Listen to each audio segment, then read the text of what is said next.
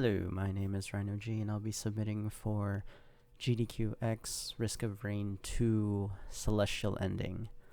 I will be doing this run with rockstomb. It'll be a two-man co-op, and the goal would be to get to the obelisk after 7 maps. So right here you're going to see us in the character select. We'll be picking Mercenary, which has the most movement speed of the game.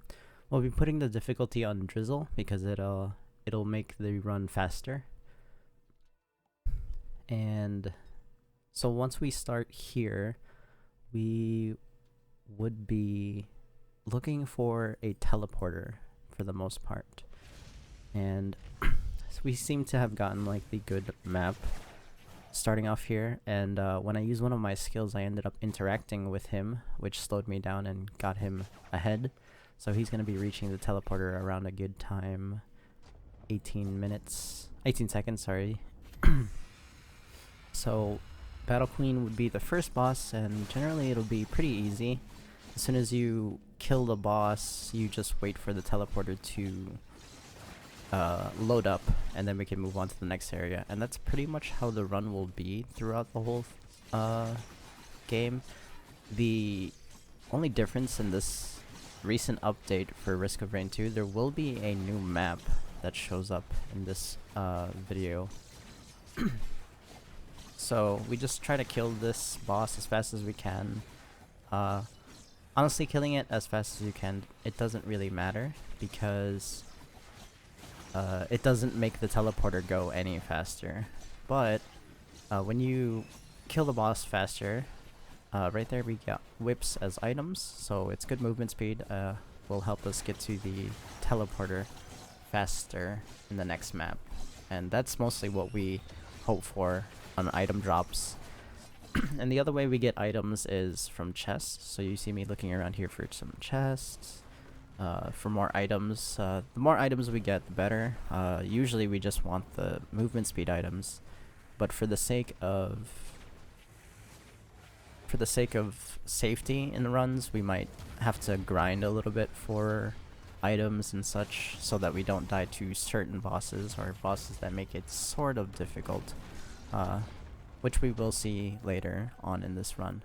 So the teleporter finished, and we'll be teleporting out to the second stage. The second stage, so all the stages, I would say they're not super big except for the newest map, which was sort of a surprise to me when I first saw it. And you get the general idea where teleporters are going to be. I believe the teleporter is going to be on the right side. Yeah. So the teleporter ended up on the right side, which is kind of close. It's a lot closer than it could be. It could be a lot worse. And the easiest bosses to fight would be Beetle Queen, Stone Titan, but for Beetle Queen, there's a chance for it to drop an item that would be kind of bad for us. I wouldn't say bad, but it's also not really helpful for the speedrun. If you get it, it's called a Queen's Gland or something, or a beetle gland. It'll summon a beetle to fight by our side throughout the rest of the run, but sometimes with that it will like take aggro from certain bosses, and then we won't be able to fight it within the circle. So while we're charging up the circle, we have to be within the range so that it charges faster. That's the only thing that affects how fast the circle charges. We both have to be in the circle while it's charging. So right here, we kill a few enemies for experience points, because maybe that will help. And as you can see, there's 2 glands there that we're not going to pick up. It would help us with damage, but then it would also, like I said, take aggro and not be a good run. It could potentially ruin it if a certain bosses get aggroed outside of the circle, and we just have to wait for it to come in or go outside the circle. A lot of things can happen that we factor in. Again, unluckily, we don't have any chests in this area. and we're not getting any items either. So that's no good. And the third map is one of the original maps as well. It's not the new map, because the third map and seventh map can both be the new map that they've just updated. And this circle, this teleporter was pretty close. So luckily for us, it wasn't that far. It was a pretty good spawn. That notification means that Rock just found a Prion weapon. So it'll do like high damage. It'll do like a high burst damage, but for like a 2-minute cooldown. And he'll be using that, he'll be trying to use that on a couple of the bosses when things get dicey. So we used to be able to dodge this attack by the boss by pressing R, which is our, I guess you would say, our ultimate skill. But I feel like they patched that. So every time we've timed it correctly, the only way to actually dodge that would be to line of sight it, LOS it, or to just be far away so that it doesn't latch onto you. As you saw, since we got latched, we had to run away and to, you know, just to get rid of the tether. And we're gonna get items that aren't too useful for the speedrun. Have some invisible, and I think it has movement speed when you turn invisible, but that's not gonna affect much. And then I got gasoline for some little bit more DPS. And then we just wait for the teleporter and head on to map 4. So there's two main categories, I would say. It's 4 map and Celestial Ending, and then there's co-op and solos. For 4 map, as soon as we finish this, like as soon as we kill the boss and teleport to the next area, that would be the 4 map end. That would be the end of the 4 map category. But since we're going to be doing Celestial Ending, we have to go 7 maps and take a portal, not a teleporter, a portal to a sort of secret area, I guess you would say. It's a celestial area. So this is one of the bosses. Magma Orem is one of the kind of annoying ones because he can spawn far away and not get aggroed in the circle, and we could not deal damage to him, or he does a bunch of damage to us and we could possibly die. Same thing with the enemies. The mobs are sometimes a big of a deal. If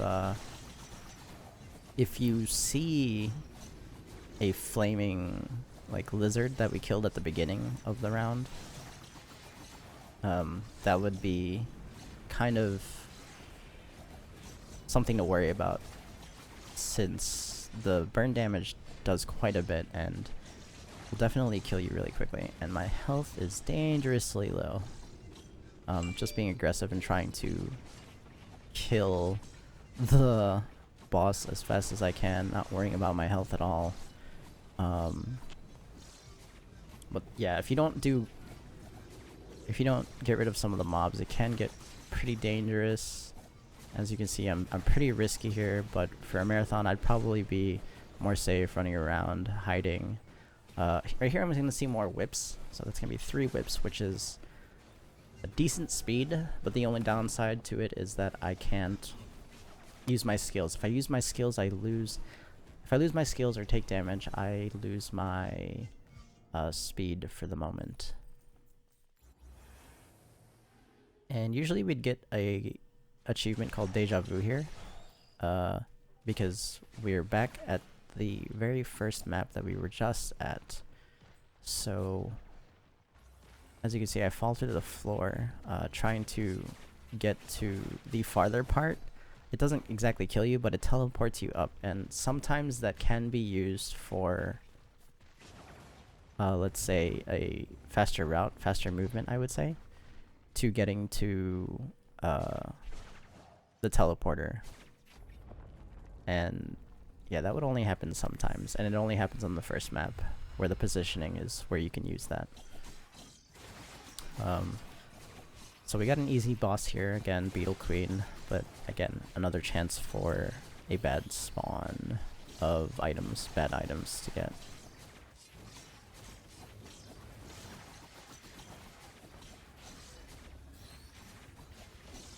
I don't see any chests that we could have gotten, or that we can get in this area. I don't remember if there was. I thought that would have been a lunar item, but it was just so that you can go into the bazaar. So we won't be going in there at all for this run.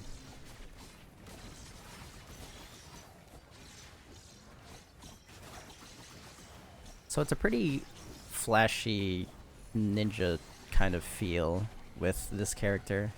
There's some gold. The more gold you have at the end of every teleport, you lose all your gold, but they'll be converted into experience. So every level would be pretty good, I would say. It helps you a little bit, I feel. Me not killing any of the mobs when I should be, just because they could kind of become a pain.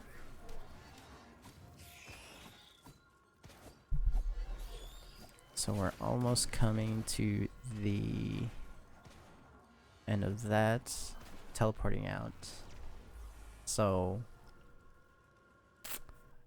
this next map, okay, so it's a little bit different. This is one of the maps that's kind of big and kind of hard to find the teleporter if you're unlucky, but we were lucky enough to get the teleporter right in front of us majority of the time through this run, it seemed. And here was the other boss that I said that was sort of easy, Stone Titan. Most of the attacks won't hit Mercenary because he does a laser, which you can either dodge with R or move around so much that he won't be able to hit you with it. But you won't really see it, probably because we are moving around way too much. And his other attack would be a slam, and it's an attack that only comes from the ground. So as you can see, we're always above ground, attacking from the air, jumping around, being like flies. But it's flashy. I don't see any items that I may have missed. Nope, that's an enemy. And we got bucklers. So bucklers are good for defense. You get like a defense or you block some damage while you're sprinting. And a normal play you'd split the items, but as you can see here, we're stacking items. We stack the whips for one person to have a movement speed to find the teleporter fast enough. And if it was damaged, depending on the item, I guess we would stack or split them. It all depends on the item, really. But generally in the speedrun, you want to stack the speed items. And then we're going to move on to the final map, which is going to be the new map. And in this new map, it seems very, very huge. So if you don't have any speed items, it could get really bad and ruin the run. But generally it spawns straight across from you, the teleporter. So it's not too hard to find. I believe it was right around here, and I got stuck on the stairs. Nice. Good job, me. Alright, so I got the teleporter. It seemed pretty far. And Imp Overlord, he's one of a difficult, hard-hitting boss. I wouldn't say difficult. If you play it safe enough, he's not too much of a problem. As you can see there, he spawned outside of the circle. He spawned by rockstomb. So, at least he was aggroed onto him, so when he came into the circle, you could just fight in the circle. So that smash thing that you just saw him do right there does a crap ton of damage once you're under it directly. But if you're above it, it's not so much, it's not so bad. So generally you want to stay away from the floor. And that was kind of a close one for me there. But in this run, spoiler alert, it doesn't end well for me. But that's a good thing about the co-op 2-man, or co-op in general, is when something unfortunate happens to one person. As you can see, I'm being very careless with my health, just trying to do as much damage as I can, not paying too much attention to my health. I was pretty aggressive throughout the run, not paying attention and all. But as I was saying, when something unfortunate happens to one of the players like that, you can still complete the run. So fortunately for me, we've done enough damage so that rockstomb can finish it right away. But it did take too much time that the teleporter was waiting for us instead of us waiting for it, and that is one thing that would be slow. So this is the portal I was telling you about, and it'll take us to the celestial area for celestial ending. All we have to do here is reach the obelisk, and I may have found a glitch.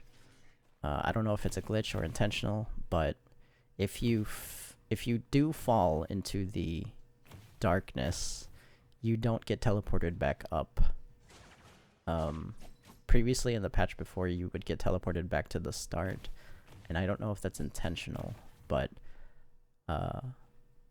in previous runs, I fell to the floor. I fell into the darkness, and I was not getting teleported, so he ended up finishing the run for us. And time ends as soon as we disappear, and that's time. And that's a quick rundown of Risk of Rain 2 Celestial Ending. So it's a lot of RNG, but it's appealing to the eyes. Very fun hack and slash, cool looking, sort of risky run, depending on the bosses. So that was my Risk of Rain 2 2-man co-op submission. Again, I'll be running with rockstomb once he gets his submission as well. And I hope you enjoyed. It was a pleasure making this video. It was a pretty good run, and I hope to see you guys in GDQx.